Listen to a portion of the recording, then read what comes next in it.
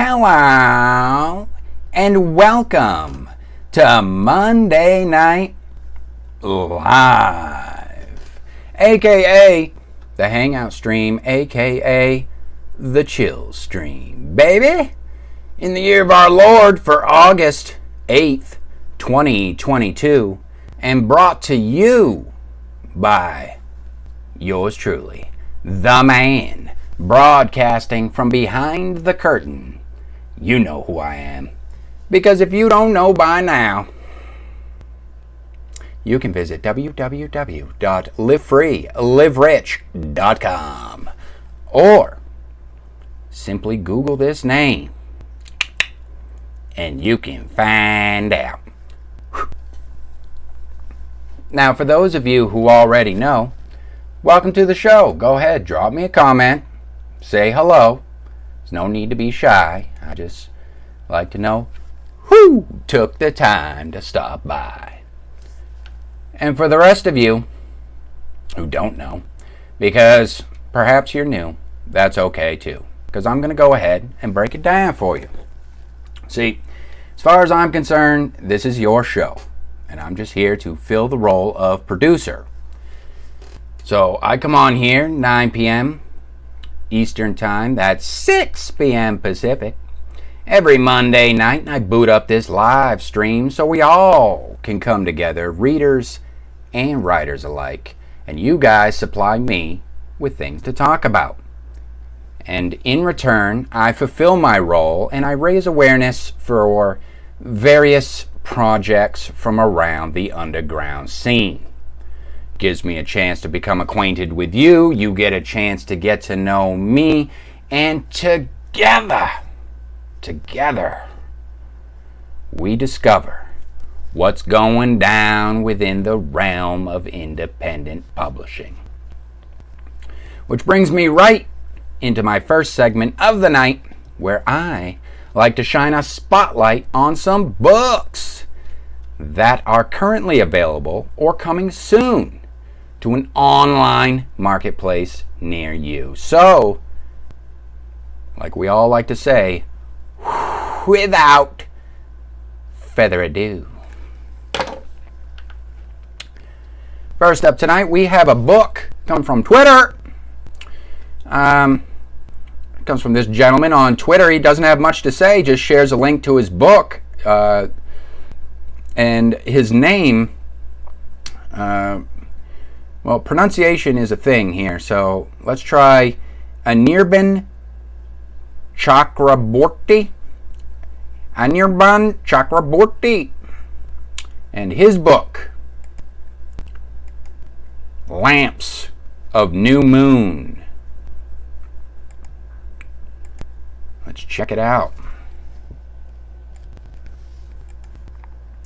If you have a book that's currently available or that is on pre-order, then you can get in contact with me through any of my social medias. I usually post on Twitter. I do writers lifts. I do at least 3 every week, and you can jump in on one of those and I'll add you to the queue, or just go ahead and comment on any of my videos on YouTube. It's another way of doing it. Or you can join the Discord, which I will be explaining how you can do that later on during this stream, how you can get involved. Let's check out that cover, huh? I don't usually have much to say about covers. I know some people will use universal covers. They'll have self-made covers. For me, I've never really. Yes, covers play a role in terms of catching people's eye, but for me, what sells me on most books, especially indie books, is the blurb itself. I don't really usually pay it. Yeah, I will recognize when a book does have like some beautiful cover art, but for the most part, what sells me on whether or not I'm going to buy an indie book is the blurb itself. So let's get into it. Lamps of New Moon says, a deadly thriller by Anirban. synopsis of the story, he says, or the blurb, if you will. Everyone has the desire of the mind. That person is the happiest one as well as lucky, whose wish is fulfilled. But sometimes it becomes terrible, even after realization of most wanting. If there are little chances of supernatural atmosphere, then it becomes dreadly. You will feel a thrill while going through the journey of the story. You will discover several unknown events which you might never experience, and definitely you will enjoy. I just read that blurb exactly how it was written. It's what I usually do on this show. And I will state the obvious here and make light of the elephant in the room, that it is quite clear that that English is probably not his first language. What do we got in the chat right now? Rainer! What's up, man? Our resident Chinaman? Are you in China, Rainer? I don't think I've ever asked you that. Hey, as long as I have you, man, you are always welcome. Alright, so what Amazon has this one categorized under is ghost thrillers or ghost mysteries. So for one, I will say that in the blurb, he does mention that there is supernatural atmosphere in the book, but he doesn't really, I would probably say edit this blurb up a little bit, but if the blurb is acts as any hint as to how the book is written too, I would probably say you might need to hire an editor if English is not your first language, just for future reference. But that is Lamps of New Moon.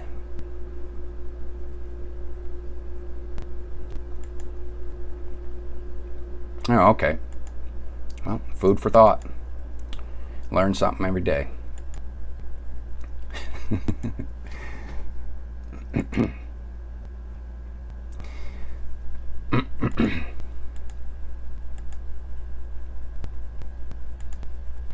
Let's see who's up next.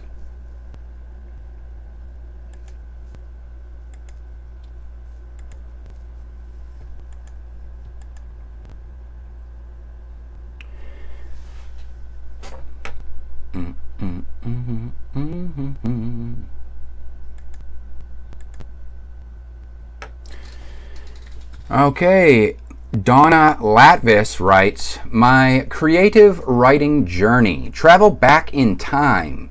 Discover my ancestors. Meet my parents. See events that shaped my life. Who inspired my love for writing.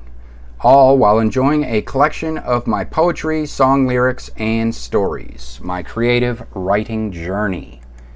I was going to say that sounded like a memoir at first, but looks like it's kind of a mixed bag, a collection, an anthology type collection of works.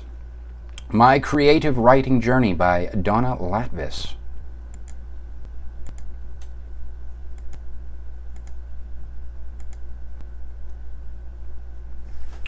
Anything new going on with you, Rainer?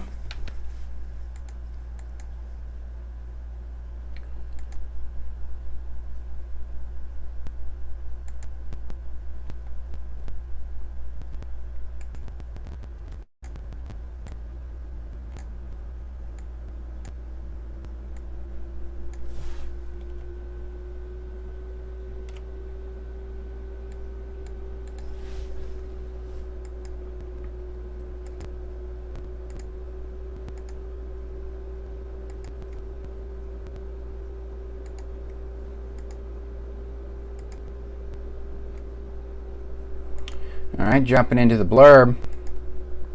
My creative writing journey began on August 4th, 1959, when I was born to Althea Bates and Wesley Martin. In this memoir, it is memoir, In this memoir, you will learn how my parents met and married, what happens when someone accepts a dare at work. Learn about my rich Blanchard, Bates, Annesley, and Montigny Martin ancestry. See which president I am related to. See how events of my life, my years of growing up, my marriage and divorce, raising 2 daughters by myself, all made me the woman I am today. Discover how I started writing and how my grandmother, Ina Blanchard Bates, influenced me, while you enjoy reading samples of my poetry, song lyrics, and stories. That is My Creative Writing Journey by Donna Latvis, 192 pages. Says women's biographies, but I think memoir, isn't a memoir more of like an autobiography type deal? But I could just be splitting hairs here, really.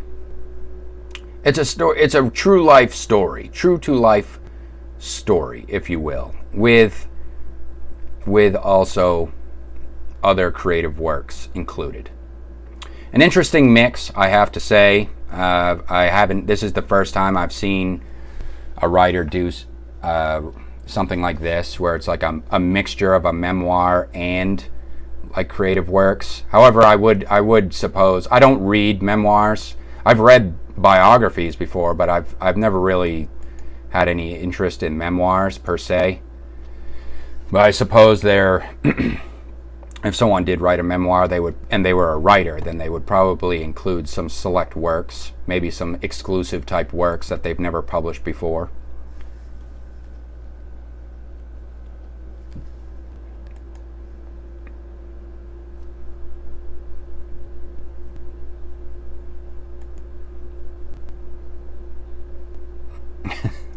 What do you mean? What do you mean wishing and refreshing pages over and over again?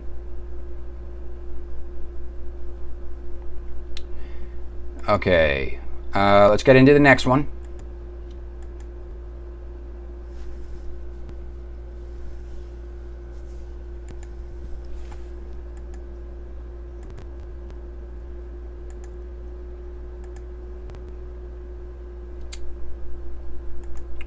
Okay, this next one comes from W.D. Milton. Just shares a link to his book or her book. W could be, I think it's a man. Don't want to assume these days. Their book, A King's Immolation, Book 1 of Obsidian Rose. How's the audio, by the way, Rainer? Is it okay? I'm trying something different. I turned off the echo and turned on the stereo sound. So if you want to just let me know if the audio is okay, I'm gonna see it later anyways. But if something's wrong, then I can fix it during the live stream.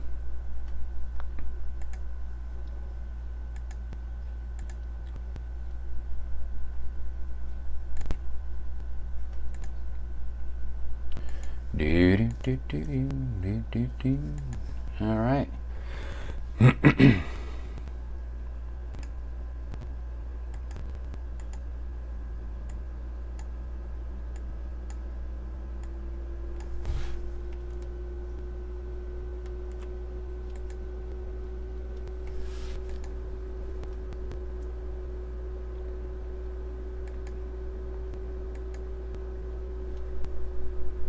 Yeah, aren't we all? And that's just the thing. I probably wouldn't dwell on it too much. I know I say that, even though, you know, sometimes I can be the same way in some respects. But what kind of helps me is just not dwelling on things too much, like just letting things. In other words, I think I was just talking about this. Somebody else on Authortube was not today, but it was like a couple days ago, or it was this week. Someone was celebrating their publishing of their first book or something like that. And they're like made a video about how they're all emotional about it and nervous and all these things. And I was just kind of like saying, well, you know, they're being all talking about being positive about it and having all these expectations. And it's like, there's nothing wrong with being positive about things. But I would say that I would not be worried too much about expectations. Or at least that's what helps me. Like, anytime I release a new project or do anything like that, I do not have any expectations, whether they be positive or negative. I just do what I do. I just put out my work, because for me, the achievement comes from having a new piece of work that has my name on it and seeing it, knowing that I saw another project all the way through from beginning to end. And for me, that's where the real achievement lies. And then everything after that, I just think of as a bonus, if you will. So, you know, like I said in the comment, like for some people that might sound like that's a cope, but really for me, like I've already moved on. Like I'm already thinking about the next project that I'm going to be working on and adding another achievement to my name, if you will. Good. I'm glad. I think this audio is better anyways, this way of doing it, because I found that with the echo thing, it just kind of like made it so like the sound would like warble or something like that. In other words, it just make weird noises if I was talking and made some noise in the background. All right, let's get into this one.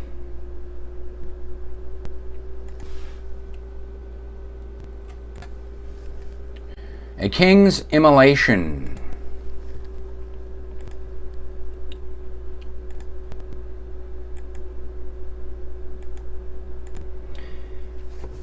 This is the first book in an exciting generational trilogy. Generational trilogy.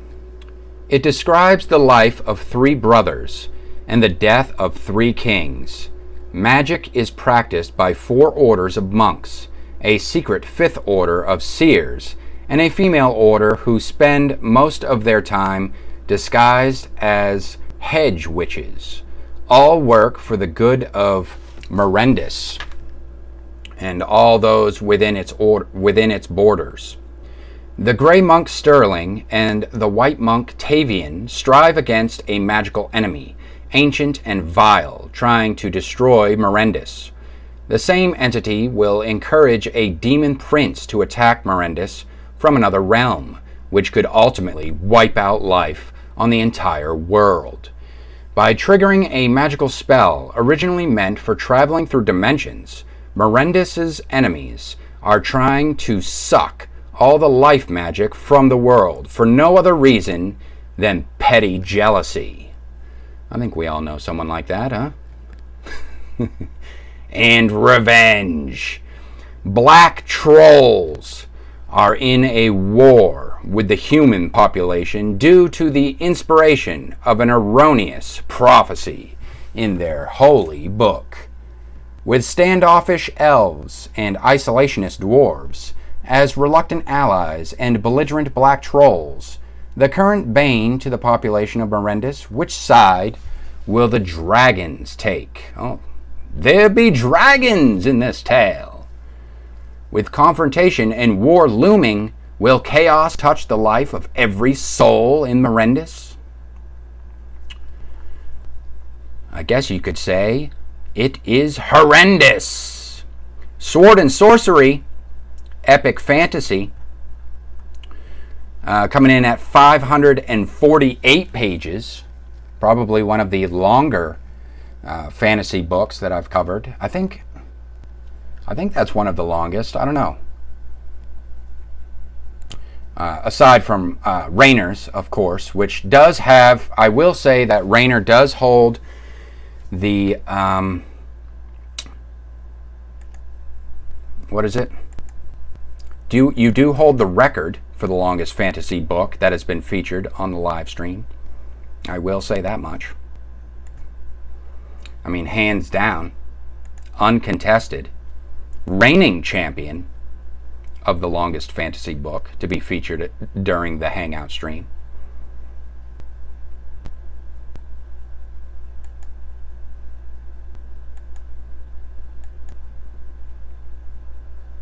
For whatever reason, the emojis didn't pop up.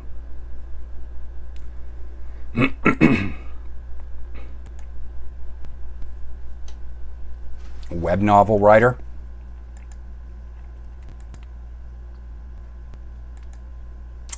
All right, let's see the next one.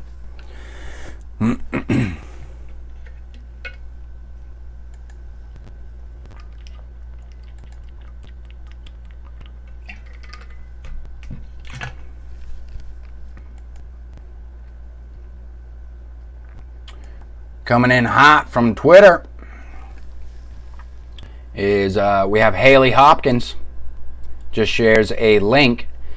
This is her book, Finding Love After Heartache, which is book 2 in the Finding Love series.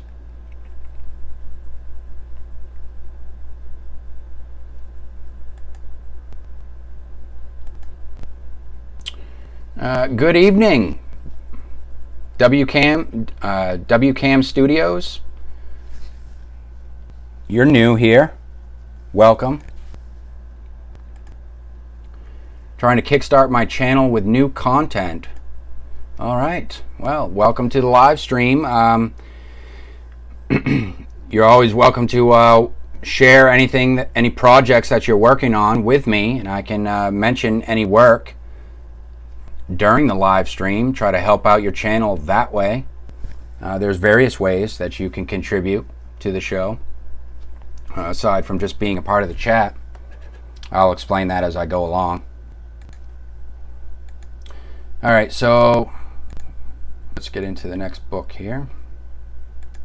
So what I usually do, if it's like a second book in the series or whatever, then and I've never featured the author before on the show, then I'll just cover the first book in the series and do it that way.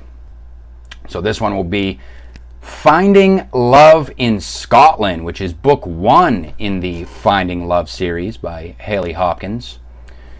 Aye, a little Scottish romance.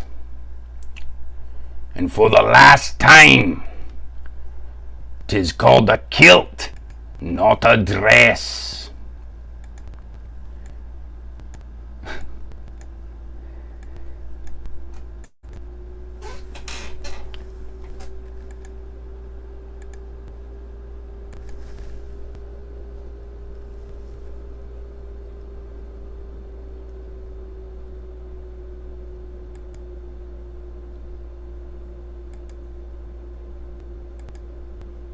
Oh, all right, cool.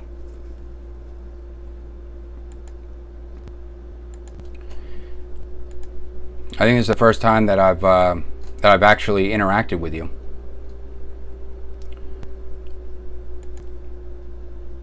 Yeah, it's pretty chill here. I just covering books from the indie scene. Not just books, but it can also be like comic books, different. I would actually like to add another segment to the show at some point where I'm featuring artists and illustrators as well. I think that would be fun.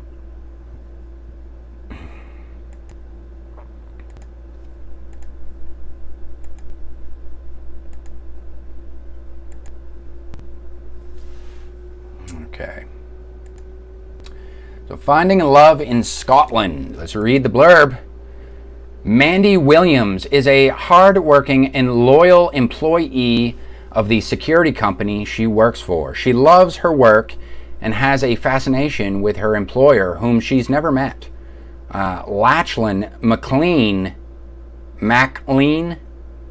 is the owner and CEO of McLean Security and has a wonderful life, but finds one of his employees to be someone he feels is important to him.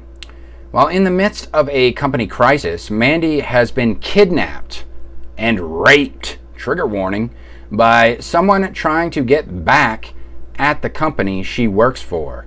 Jeez, that's taking it a bit far, huh? She is rescued by Lachlan, and a budding friendship occurs between them when he brings her home to Scotland to live with him and his family. After dealing with Lachlan's own personal tragedy, Mandy and Lachlan must find a way to make her safe again. Can they allow something more between them while they each deal with their own heartache? That is Finding Love in Scotland. That took a turn. It definitely took a sharp turn that I did not expect. Let me just say, 288 pages. Family saga fiction. Filled with drama.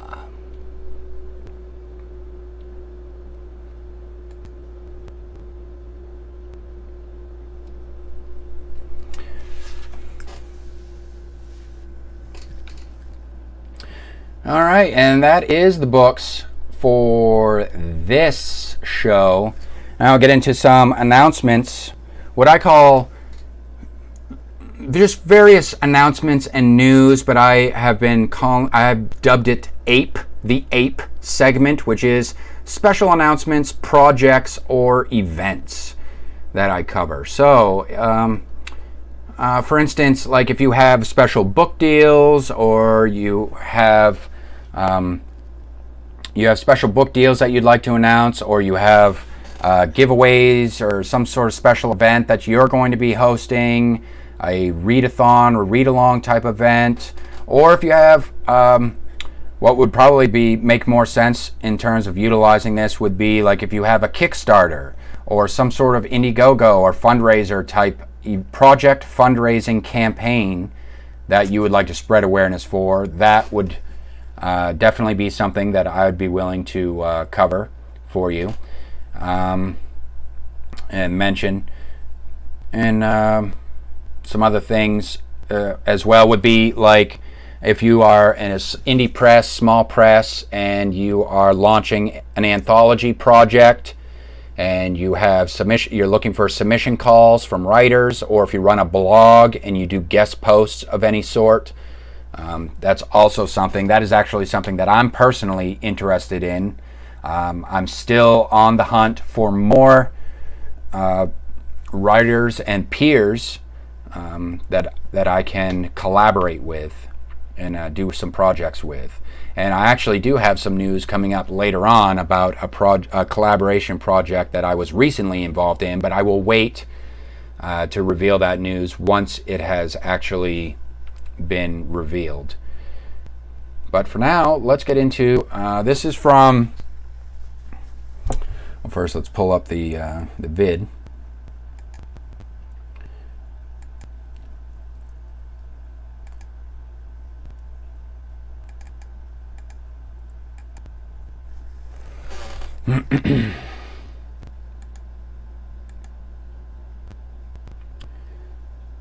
So from Izza, I'm assuming her name's like Isabel or something like that, hence the shortened for Izza. I don't know her personally. She's just someone that I've engaged with on Twitter before, and read a piece of her fiction on the live stream before in a previous episode. She just wanted to share a blog announcement where she shares which I thought was pretty creative. She shares a mood board which also introduces her new fantasy romance novella, Tyrianen's Riddles. I'm not good with fantasy names, you know. I just wish maybe, even if it's a fantasy, like I'm cool, just a little FYI with all you fantasy writers out there. I know you want it to be like all medieval and stuff, but I will not deduct points in my critique if you just want to name your characters like Bill and Ted and stuff like that.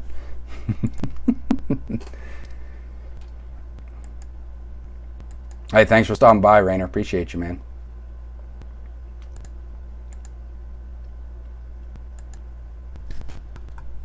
Until next time. Okay.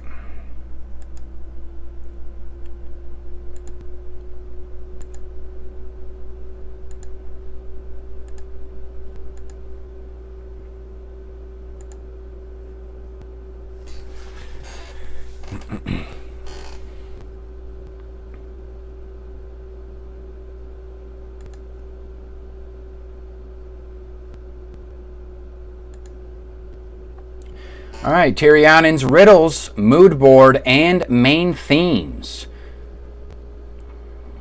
by Isaphorus Spirit. My fantasy romance novella, Tirian's Riddles, tells Tirianen's Riddles tells the story of Emperor Tirianen and his two mistresses. Hey now, Scarella and Dargia.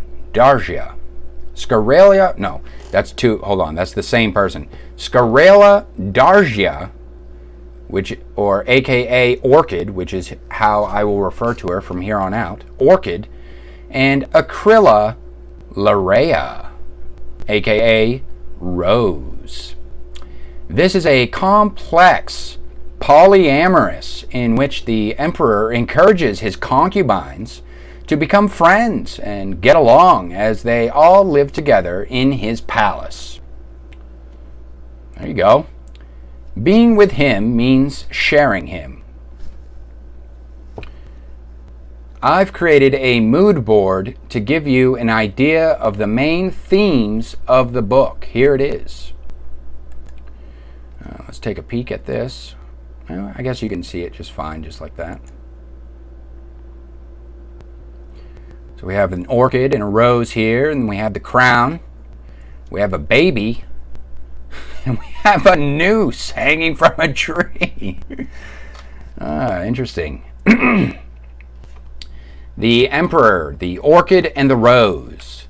Tirianen, the law states that as Ifriser, I may only have one wife, but as many lovers as I wish. I cannot get enough of these two. They're perfect. I want to be with both of them. They're friends, so for now I'm happy to share. But the emperor needs an heir. The one to bear his child shall be his queen. He must make a choice, either the orchid or the rose. Interesting. I could see how this story could get spicy real quick, real fast. I mean, for me, I could see how one woman would be enough. I can't imagine living with two or more in the same household. But I digress. In addition to polyamory and families and fantasy elements, this novella deals with some dark themes, including depression, anxiety, post-traumatic stress, as well as other issues. The lover's happiness is wrecked by a series of tragic events threatening to destroy the life they tried to build together. The Gregorian Empire is inspired by ancient Rome. Emperor Tirianen's characters was inspired by various Roman emperors, including Augustus, Vespasian, and Marcus Aurelius. His mistresses are inspired by a book called Empress Orchid by Anshi Min.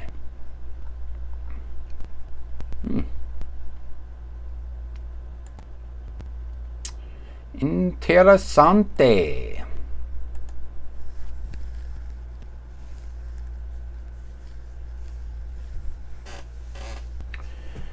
All right.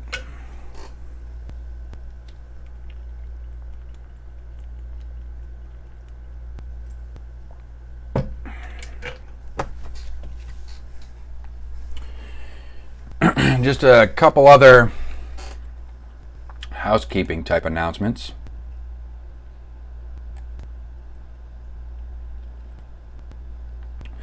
As far as sharing the links goes, you can always share links, like I say, on the comment section. of any of the videos that I upload on YouTube or during the writer's lifts that I post on Twitter. But also another way, if you kind of want to do it,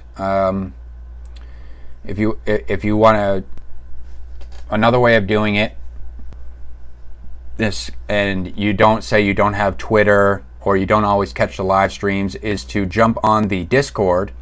It's LFLR. Hold on, let me just fix that real quick.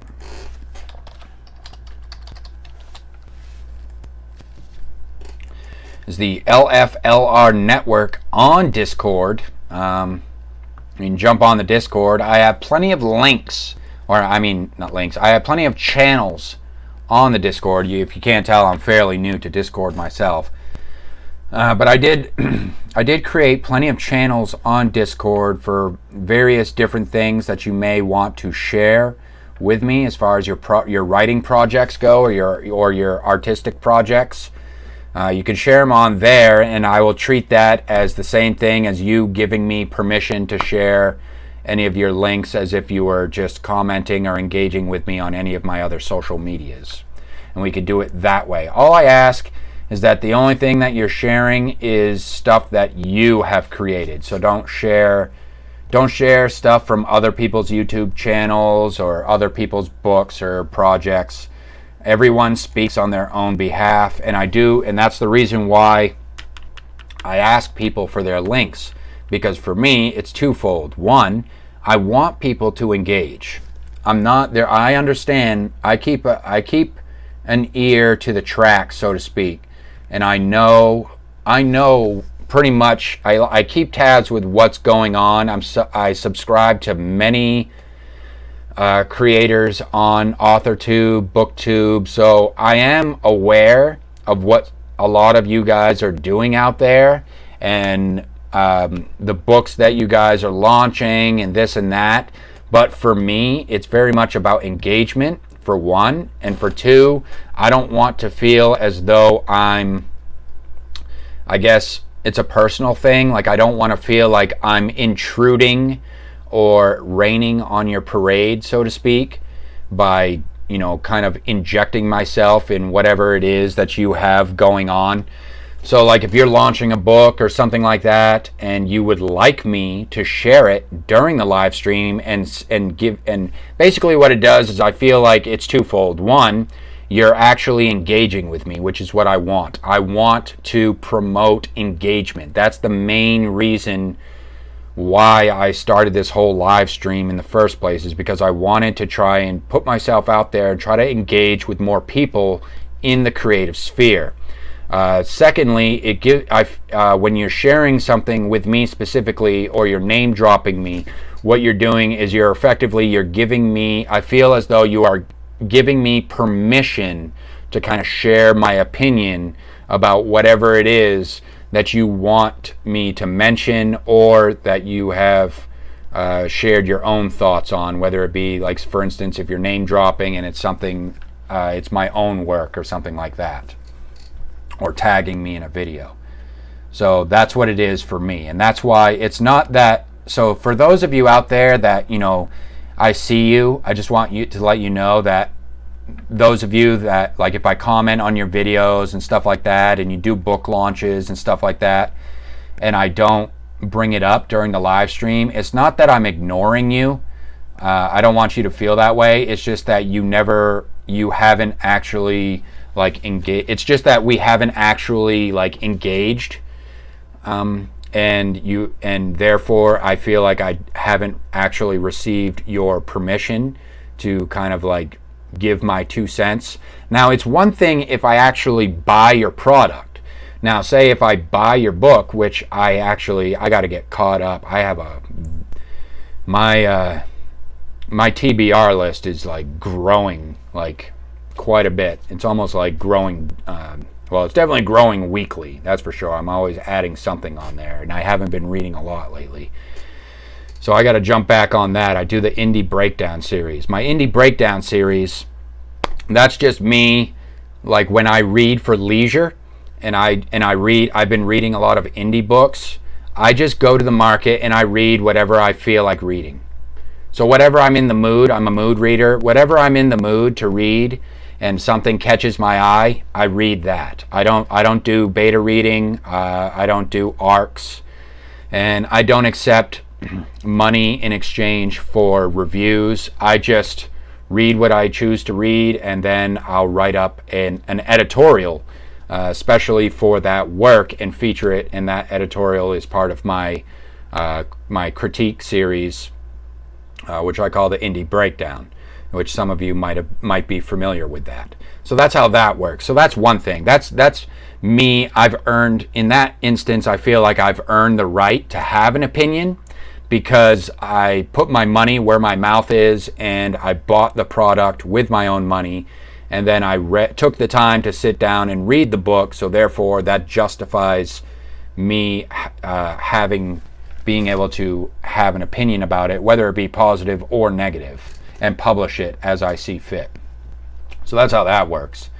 But as far as this live stream goes, that's why you probably won't see me say a whole hell of a lot of negative things during the live stream, because it's not really about that. It's not really about me critiquing how well of a job people have done. Like, if I could give a tip here and there, it'll probably be more of like a positive type of thing, where I'm just trying to help somebody out in terms of like what I think that they could have done better, take it or leave it type of deal, just from a consumer standpoint. Maybe a writer standpoint too, depending, like if it's reading time, which is coming up next here. But that's how that works. Like this is just me literally just raising awareness for whatever is going on within the creative sphere, whether it be books, blogs, or videos. And we will get into videos. We don't have a video for this live stream, but just to put it into perspective real quick, videos could be anything. Like, I'll tell you right now, if you want to get featured on a live stream quick, fast, in a hurry, start sharing some links to your videos. I'm talking book trailers. Like, if you have book trailers, especially if they're only like a minute, couple minutes long, that's great. I could do multiple of those in one stream, and that'd be fun. That'd be great. Tag videos, and not just tag videos like doing the prompts or questions, but like I'm saying, if you literally tag me in a video and it's like a topic of discussion, like a creative discussion or something like that. Could be writing related, could be a video essay, or philosophical in nature, metaphysical in nature, something that's, sparks the imagination, gets some and inspires some thought, that type of stuff. And it also could be entertaining, like if you're a comedian and you write bits, skits, and sketches, or if you do like a web series type deal. We've had that on the show. That's always fun. So let's move on. I will say that this just in today, but I will say that if you leave comments on these videos, these live streams, if you don't always catch it live, you can always go back. I always leave the video on demand for the replay. So if those of you who are watching this on the replay, you do have incentive to leave a comment down below, because I will go back. If you do leave a comment on an older video, I will go back and address the comment, which I'm going to be doing. This could be, I don't get many thoughtful comments on the channel so far. So this is really the first time that I've done this on the live stream. But if you leave a comment and it's a lengthy, thoughtful comment, I will feature it during the live stream, which I'm going to do right now, because this one just in today, and it's actually a response from a fellow Authortuber, and his channel's still fairly new. And I covered him, it was just a couple weeks ago. I covered a video where he had tagged me, or he had mentioned me in the video, because I watch his channel, and he had mentioned me by name in one of his videos, and that's Matt Fausto. I'm always back. Let me just pull up the let me pull up the comment, and we'll cover it live. Actually left a thread, so we'll dive into that.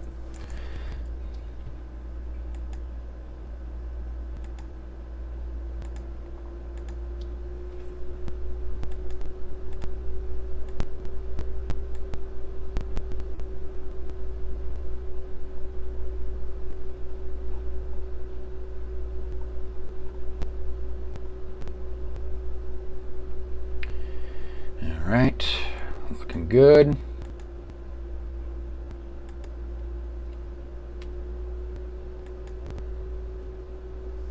All right, I guess that's probably the best way to do it. So this was from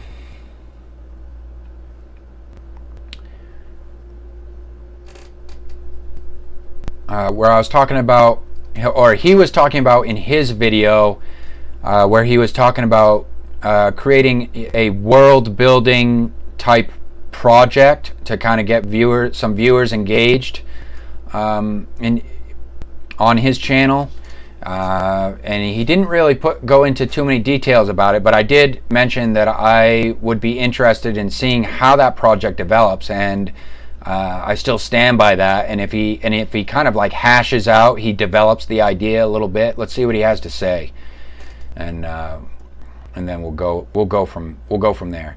He says, "Hey man, I have no idea why, but just got a notification for this. I'm gonna watch it now. Thanks." And that's YouTube for you. Apparently YouTube is slow. I don't know what it is with YouTube and why they don't send out notifications. It's like their notification system is just broken on YouTube. So apparently he just got the notification from a video that I tagged him in over 2 weeks ago. But whatever. He says, "Okay, there are a million things I can comment on. First, again, thank you." Let me just make sure I got this. Okay, yeah, looks good.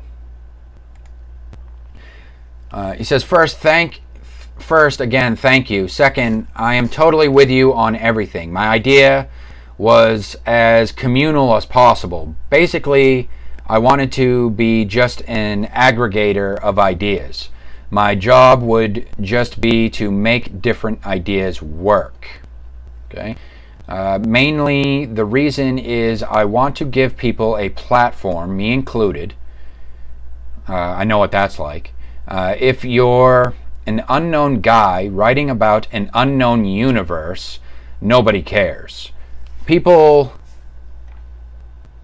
often solve this by writing fan fiction, but I really don't like doing that. My universe and my characters is where I do my best. But if a lot of us came together and made our universe, then we would all benefit from other people's ideas while retaining full rights for our works. I don't know, I think it would be cool. Kind of like CSCP Foundation.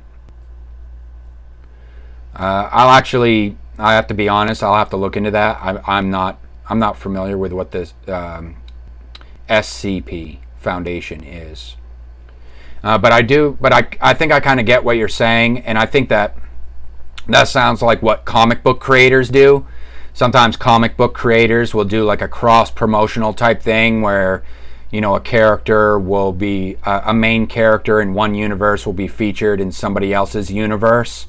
So see, I'm not sure if that's the type of direction that you're talking about going, except doing that with literature instead. Like for instance, like say, if we all were to come up with, say, characters, I don't know, I think like my suggestion would be like, say if it was like an action series, or say if we did like a sword and sorcery, I think it would have to be kind of specific. You could do a multiverse thing where everyone's writing a different genre and then they have a specific main character in that genre that every author would have the permission, if you will, to feature that character in their own universe. so it creates the appearance that all the characters exist within the same universe, but it's kind of like a cross-promotional thing. But I think it would get muddled, to be honest, if all the genres were different. It could work, but at the same time, I feel like it would be kind of disjointed and all the readership would be very different. In other words, like one person's writing romance and they have a romance character and they're featuring a character that came from a specifically sword and sorcery type genre. I think it would be a little bit jarring for that specific author's readership. They'd be like, who the hell is this? Who the hell is this guy in a loincloth, and why is he in this contemporary romance universe? You know what I mean? So I think maybe if we did if us writers got together and we were like, okay, let's all agree to do a sword and sorcery project where we all create a sword and sorcery, because sword and sorcery is pretty simple. It doesn't have to be, it could be as complicated as you want it with magic systems, or it could be as simple as you want it.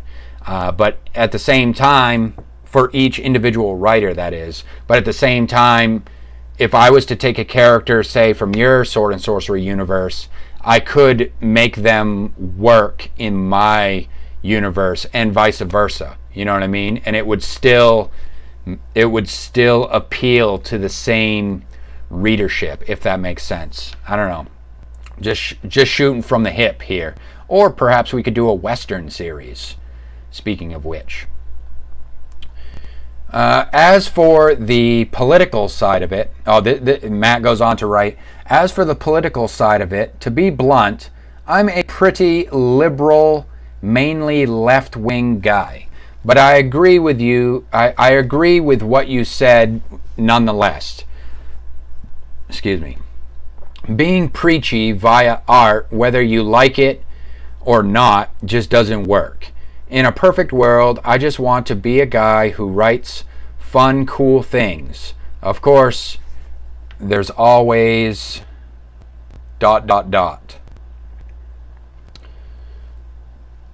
Sounded like you wanted to go on there, but you didn't say anything else. But yeah, I mean, I don't know. I have to be honest with you, I have no problem with art being political. In fact, I think art is a safe place for politics, to be honest. Like, if you want to have politics in your art, then by all means you can make your art as political as you want.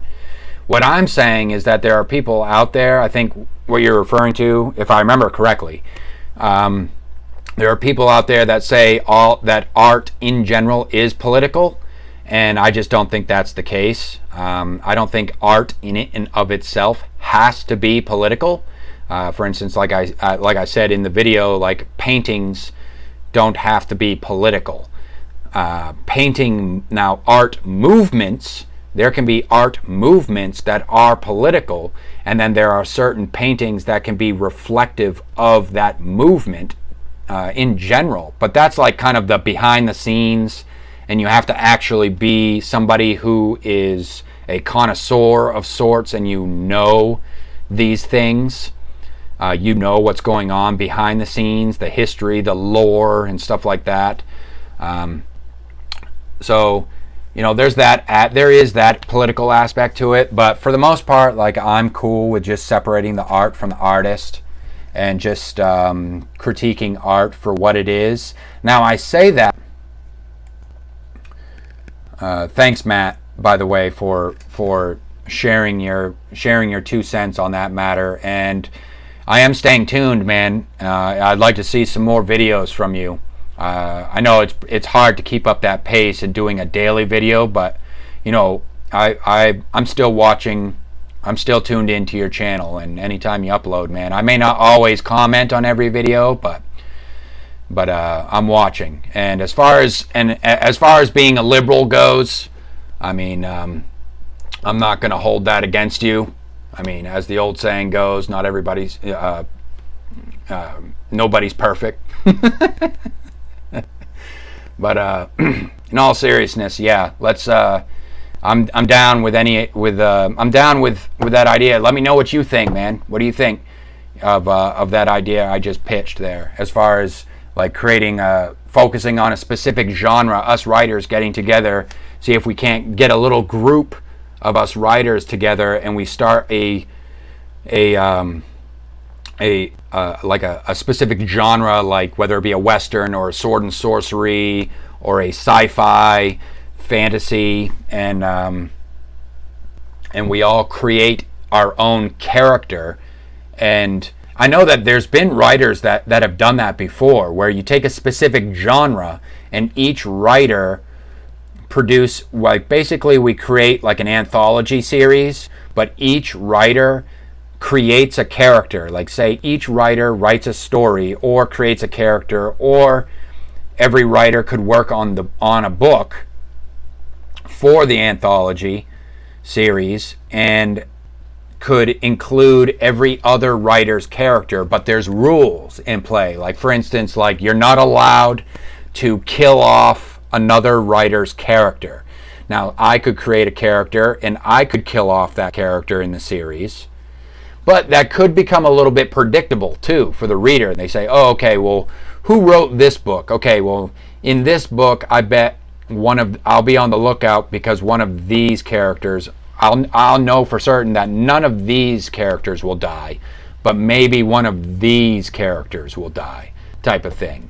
But maybe we create support characters too, and say behind the scenes, so-and-so is a support character, and so-and-so are the main characters that are off limits in terms of, snuffing them out.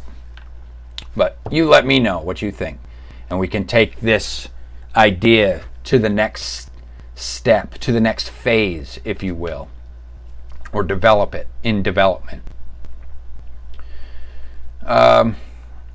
Shoot, what was I talking about before? Oh yeah, the writing and separating. I say, so one topic of discussion that I would like to just bring up, I'm really dragging this on, I got to get this stream done here, but one topic that I just want to bring up and I want to pitch to you content creators out there, topic for this week, maybe a topic pitch, maybe that could be a little segment of the show that I do in later, but I'm just doing this off the cuff right now. Here's a topic pitch that you author-tubers, maybe booktubers as well, but here's a topic pitch for a video that I would like. And if you tag me in the video, then I may feature your video during a future live stream and hear what you have to say about the topic, and then I can respond in turn to your thoughts and opinions. But here's a topic pitch for you guys. What do you guys think about the concept of separating the art from the artist? Now, you already know, if you know me, it's no secret that I don't have any issue with separating the art from the artist. Even if the artist has some controversy attached to their name.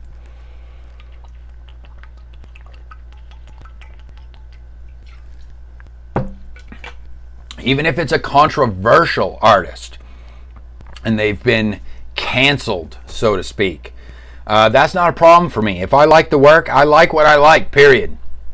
It's got nothing to do with the artist as far as I'm concerned.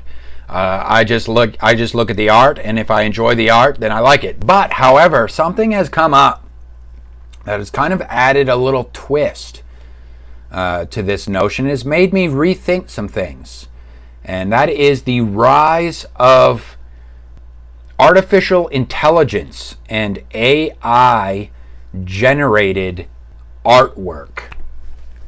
Now, the topic of discussion that I am pitching to you content creators out there is, do you think artificial intelligence, one, is even capable of creating artwork? In other words, what does it mean when a piece of work is considered art? What is it that determines whether or not a piece of work is considered art? And then secondly, I guess just kind of off the cuff here, do you think that it has a place? Like, say for instance, like what does it mean in terms of separating the art from the artist? Should that be a factor?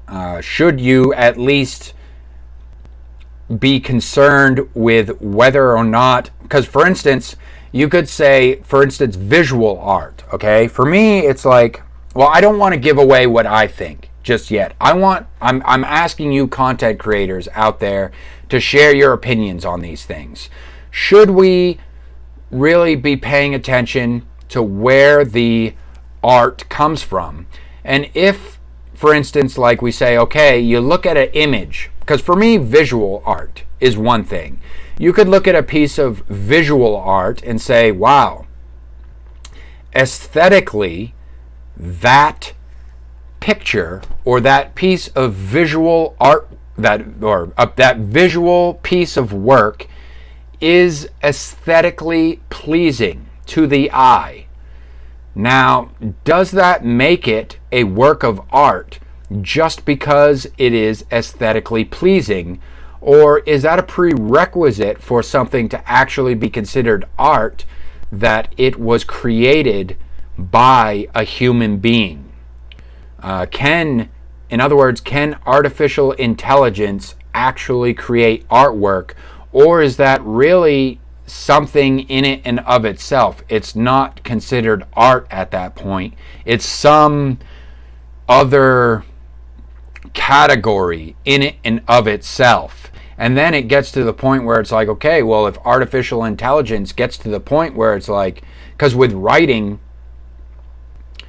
with literature, that could get dicey. It's already it's already murky enough when it comes to some of the visual aspects, some of the visual work that AI computers can generate.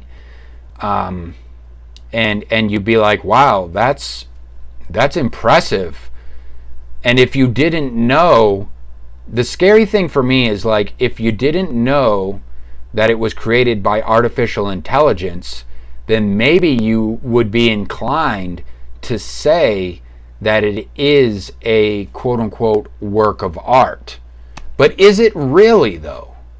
See, that's the question I pose to you. I guess this is more of a philosophical type question, maybe a bit metaphysical. I'm interested to hear what you guys have to say. I'll let this go for a week. I won't say anything more about it. And if you guys produce a video, just tag me in the video or mention me by name. It's more. I don't always catch everybody's videos, so it's better to just tag me in it if you would like me to respond to your video. I'm looking forward to it. I'm interested to see what you guys had to say about this topic. It is relevant. It's not just, I don't think that it's just a shallow, talking point. I think that this is something that is very relevant for our day and age, and it does actually involve, or it does actually it is relevant to each one of us as creators and artists as well. So let me know what you guys think. So speaking of writers, the Storytellers Society, we are still looking for flash fiction. If you're a writer and you're looking to expand your creative portfolio, I launched this project this was I launched this the beginning of 2022. As of right now, still accepting open submissions from writers. We're looking for flash fiction that is around 1,500 words. It could be as short as 500 words, or as long but no longer than 2,000 words. Any genre is acceptable, and if approved, you will book yourself a room, as they say, at the Hotel del SS, what I have dubbed the Hotel del SS, where all the members of the Storytellers Society stay. And you will basically have your own room that will feature all of your contributions to the Storytellers Society. And you can contribute more than once to this project. And why you would contribute more than once is because I handle all the marketing. So if approved, I will publish your work for free. It doesn't have to be exclusive. this because it's just going on my blog.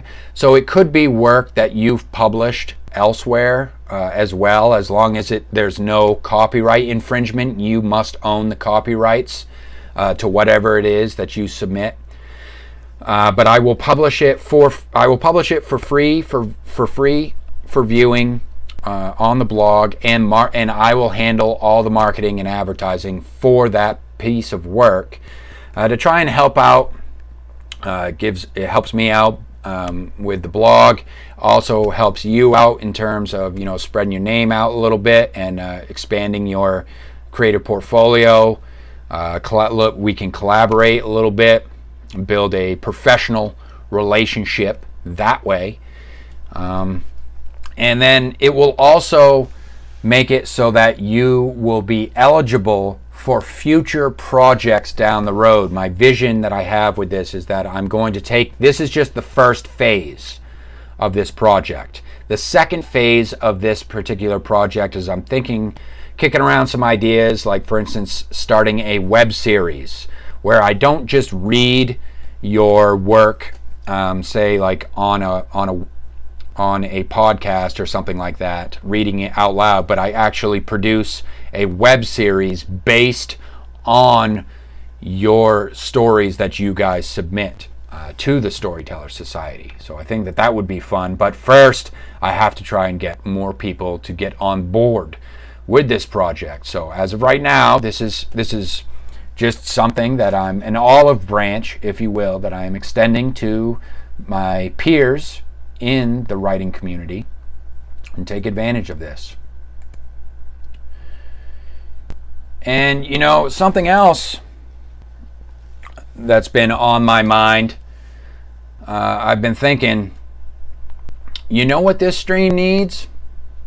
A gimmick. Yes, and I have just the thing. Introducing the Wheel of Creativity. Yes, the Wheel of Creativity.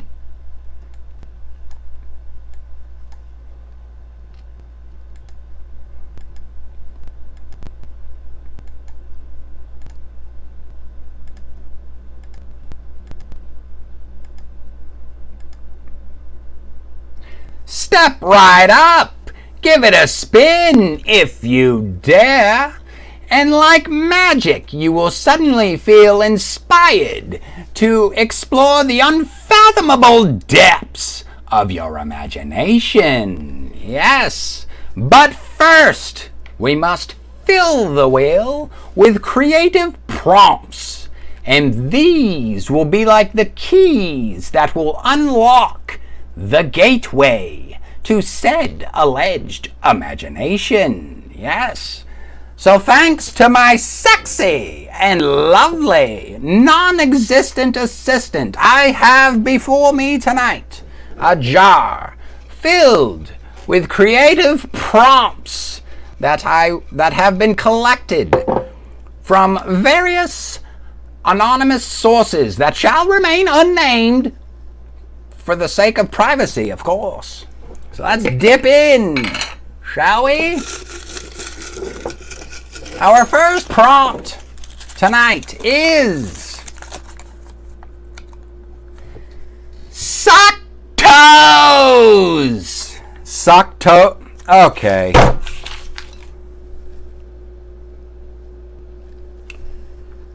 See, this is why we can't have nice things on the internet, because there's always somebody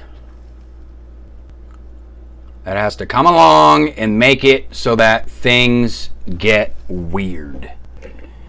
And quite frankly, this is why most of the time I just can't even with the general public, because actually, hold on a second. Oh God. Oh wow. This is embarrassing. Apparently I have blundered If you'll excuse me, I will go and grab the proper jar for this particular exercise. I knew I should have used different containers. You know what?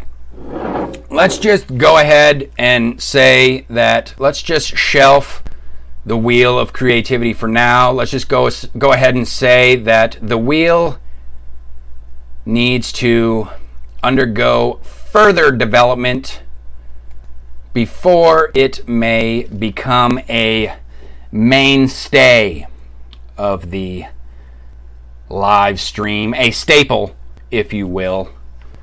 And in the meantime, let's just go ahead and use our imaginations and make believe none of this ever transpired. Yes. Moving right along. How about a palate cleanser, dare I say? And let's do some reading time.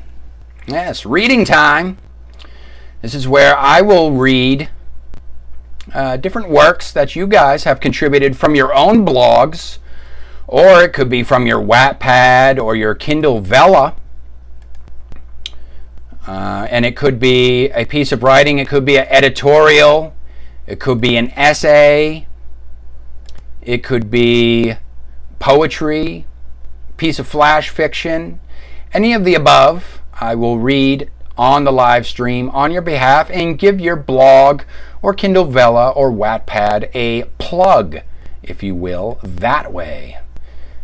Tonight, let's see who we have. This one comes from She Loves Writing, a blog. This is from her blog on pre-wedding anxiety and post-wedding changes from Sakshi Mishra Blogs at blogspot.com. There you go. That's another one. If you guys want to start your own blog, last live stream I was explaining the importance of starting your own blog. And Blogspot is another free to use platform that you guys can you can start your own blog for free and have your own safe space, if you will, where you're not just going to get canceled by social media technocrats and get your account banned or turned off or shadow banned. And you can share, and it's a secure. In other words, it's a secure place to share all those more thought-provoking type pieces and material and content where you can share your mind and share actual substance and it be protected under your own domain. But anyways, we have one. I don't want to drag this on too much longer here. It was titled, I Wasn't Prepared for It, But the Universe Knew What I Was Lacking, by Sakshi Mishra via sakshimishrabloggs.blogspot.com. And we will get into this. I guess this is more of a personal article, but I suppose it could be thought-provoking, so I will read it nonetheless. I told you essay formats and editorial type pieces are acceptable. So we will check it out and see what we get out of it.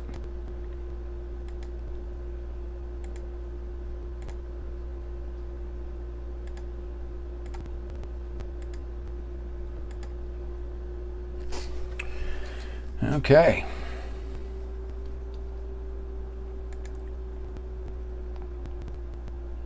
Part 1. Pre-marriage anxiety. My marriage was a super shock for me, a roller coaster of emotions that people would never believe in. As a girl who hates responsibilities, cannot stay at home for long, doesn't really like cooking, and wakes up late and messes up the room, I was sure my marriage wouldn't last long. I have always been outspoken and straightforward, which doesn't go well in a joint family. Moreover, I knew that the feminist in me couldn't adjust to a patriarchal environment no matter how hard I tried. I'd always thought that being single for life would be the best for me because I didn't want any disturbance in my lifestyle or affect my freedom. I wasn't ready for the marriage and couldn't be prepared. I wasn't willing to leave my comfort zone, restrict myself, or compromise with my career. Moreover, I have always been a giving person in my relationships, but some failed relations broke me terribly. Being a self-centered person who could never compromise, I knew I would get stuck and end up choking myself in turmoil called responsibility. Well, not everything goes as per plan. Let me tell you how it went. It was a lockdown, and we had to vacate the hostel. I was happy inside as I got non-vegetarian food at home. She says non-vegetarian food. That's an interesting way of putting it. She just wants to make it very clear that she is not a vegetarian. I was happy inside as I got non-vegetarian food at home, which I usually don't get in the hostel. Oh, okay, I see. So the hostel would only have vegetarian food. Booked the tickets and went home happily. There was a different feeling this time. One of my friends texted me, "It seems like you are going forever." I don't know if that's going or supposed to be gone forever. "I feel you won't return to the hostel."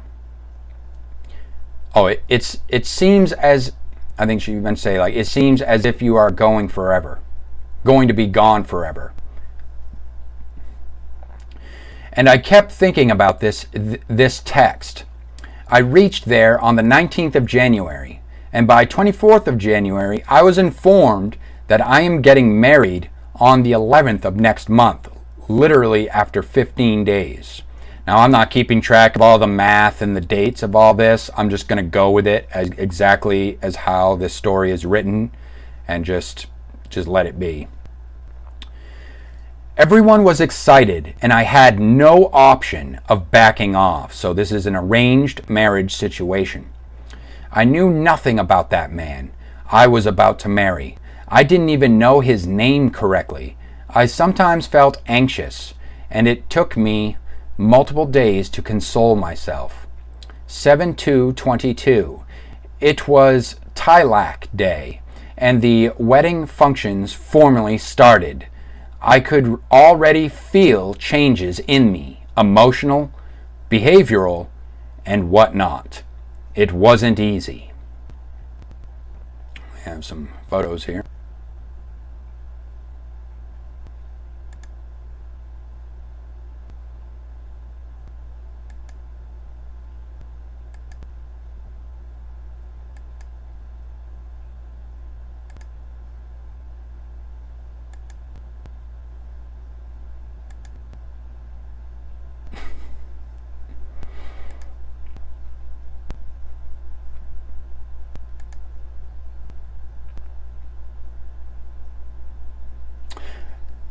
Very interesting designs, the tattoos.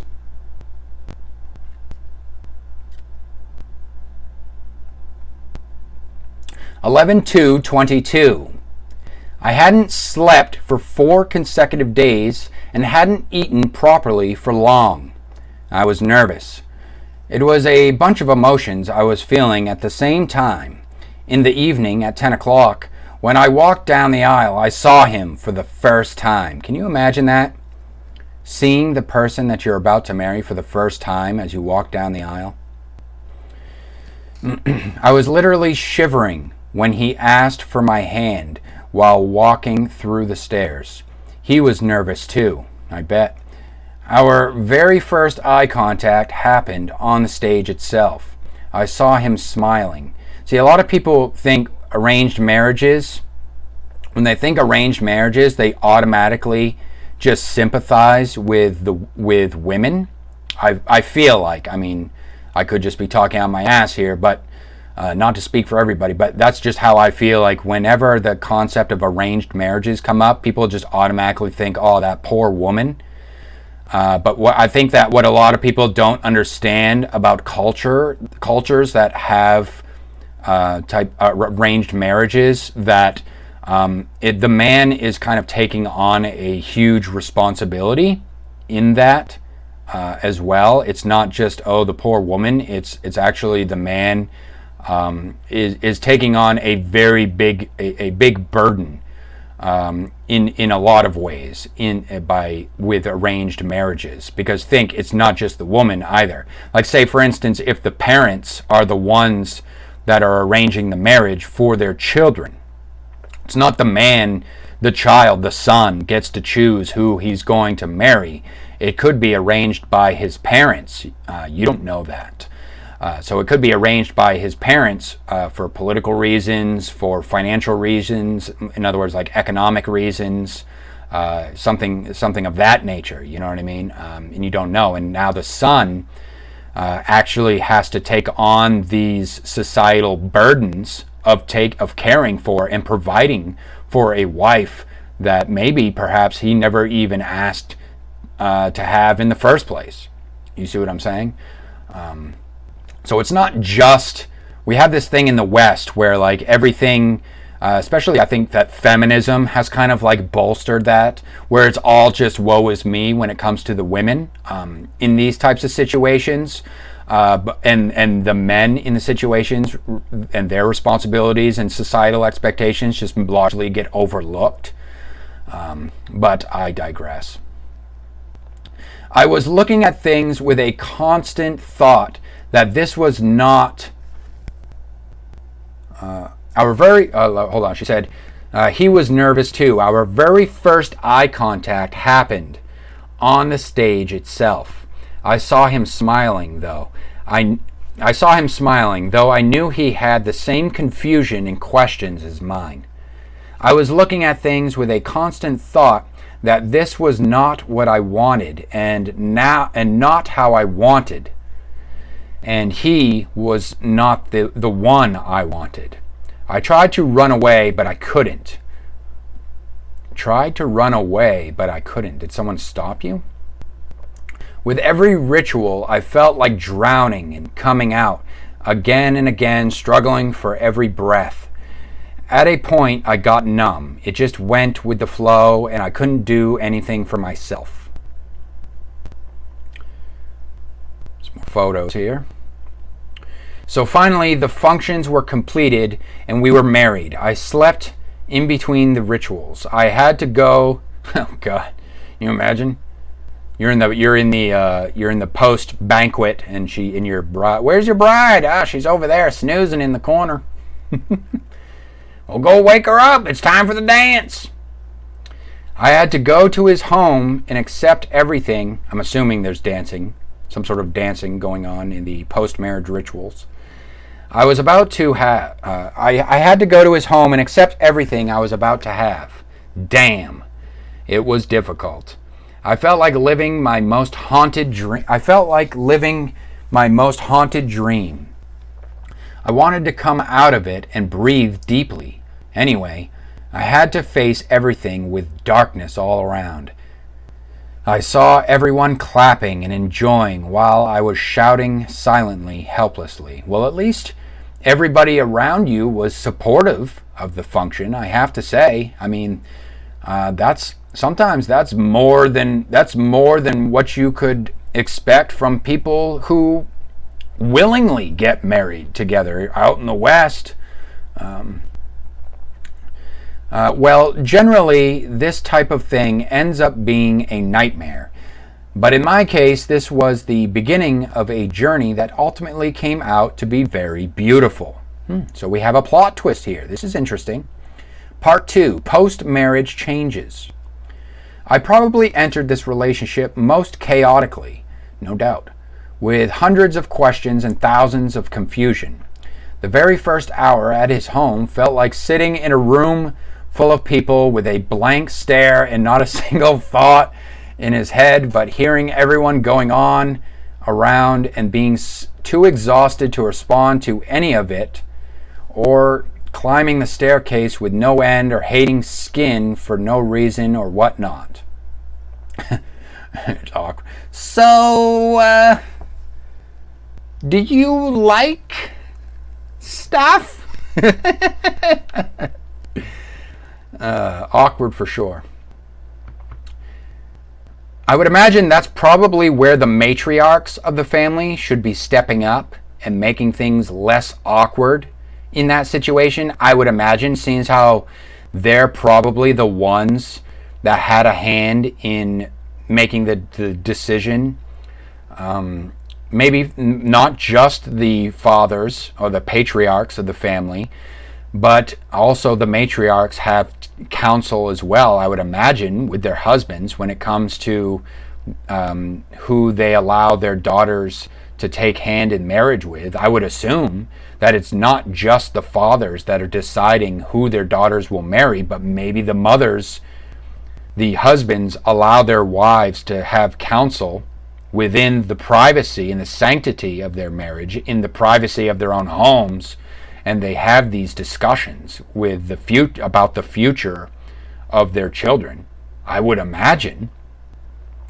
And I would almost argue that maybe a marriage like this would actually be to the benefit of the children a lot more than just allowing children to go all willy-nilly and just marry whoever the hell they please based on teenage hormones.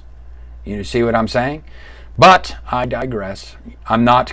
Don't get it twisted. This isn't me condoning this, as I am actually quite a strong proponent of free will and freedom of choice. But I can see how I'm also not shitting on this culture either, because I can actually logically and rationally see how this type of arrangement would make more sense in the grand scheme of things in a civilized society than the way that we do things here in the West. After a few helpless stares, I asked him if he wanted to marry or if he was pressured, as he said he wasn't prepared to. So there you go. I was relieved. I then had a series of questions, and the one doubt both of us constantly had was, can we make it to the end, or we will get separated soon? Well, after a week, we got our answers. On the 10th day, I had to return to my hostel to complete my study. I thought I would be delighted to return to my everyday life, but that was not the case. This stranger, who happens to be my husband, made so much effort that I couldn't resist giving him a chance. He is sweet. He turned out to be super caring, lovable, and understanding too. We gave it a try, and it worked. I had thought my marriage would take away everything I had, but on the contrary, it gave me everything I was lacking. It wasn't easy, but we tried to sort it out and promised to continue sorting. And then she goes on to thank some specific people that were involved in her life in a meaningful way. And I have to say that was actually quite a charming little anecdote, if I'm to be honest. I liked that, and I'm glad that I'm glad things worked out for you guys. I could see how that would very much go awry.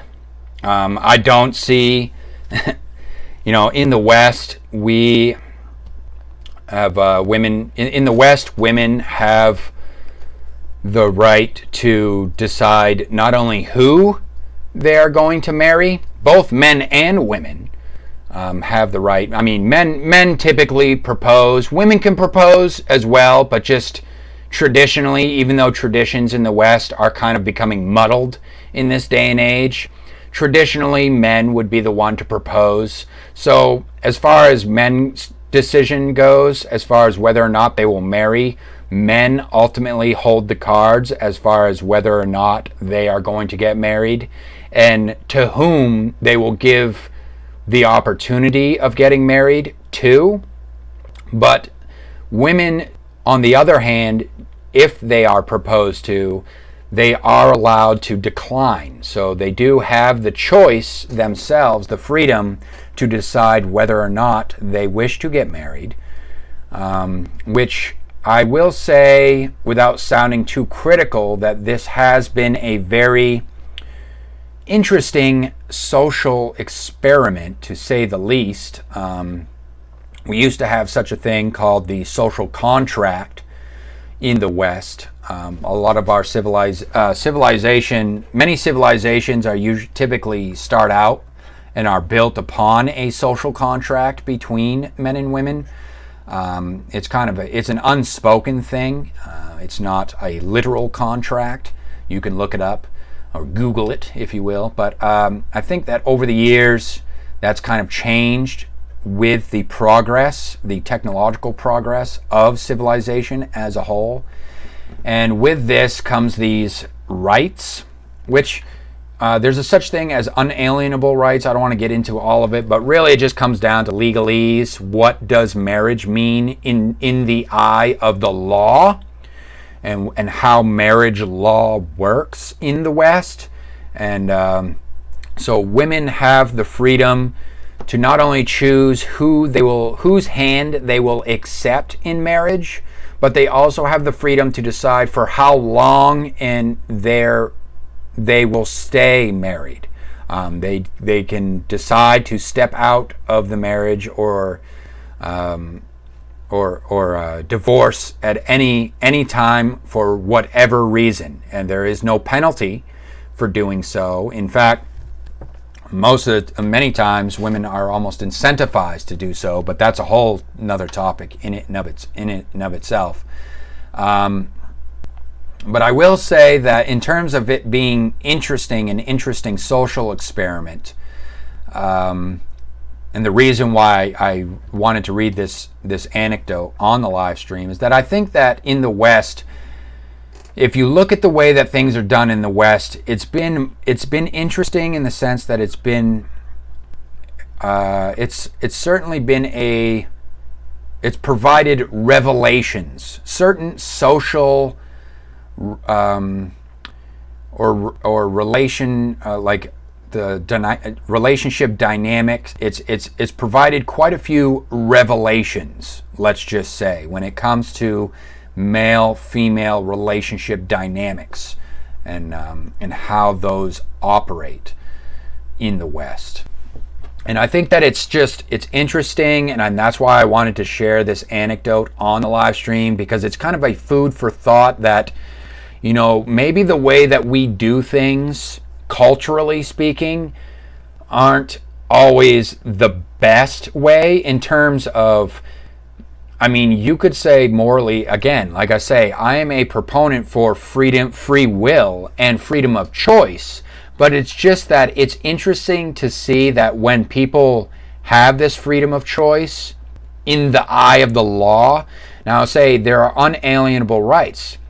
If I was to say that you always have freedom of choice, regardless of what the law states, free will is an inalienable right that I believe every human being is born with.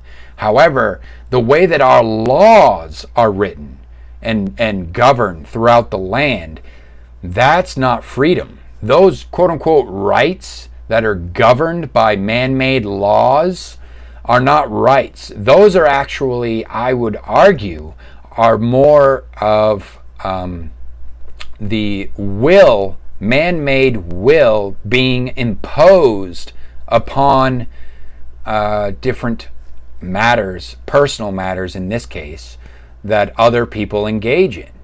So should the government be involved in marriage is a whole nother thing. And should it, and what are the different types of cultures that are out there and how they handle the concept of marriage and creating families, and what is a family? What does it mean to have a family? What is the definition of a family? What is the definition of marriage and these types of things? So I just thought it was interesting, definitely thought-provoking, and I really enjoyed it. And I thank you for sharing that. So that's the live stream for me this week, folks. It's time for me to go relax now. But I will be here for you guys next week. Same time, 9 p.m. Eastern Standard Time, 6 p.m. Pacific. And you guys have a good week. And cheers.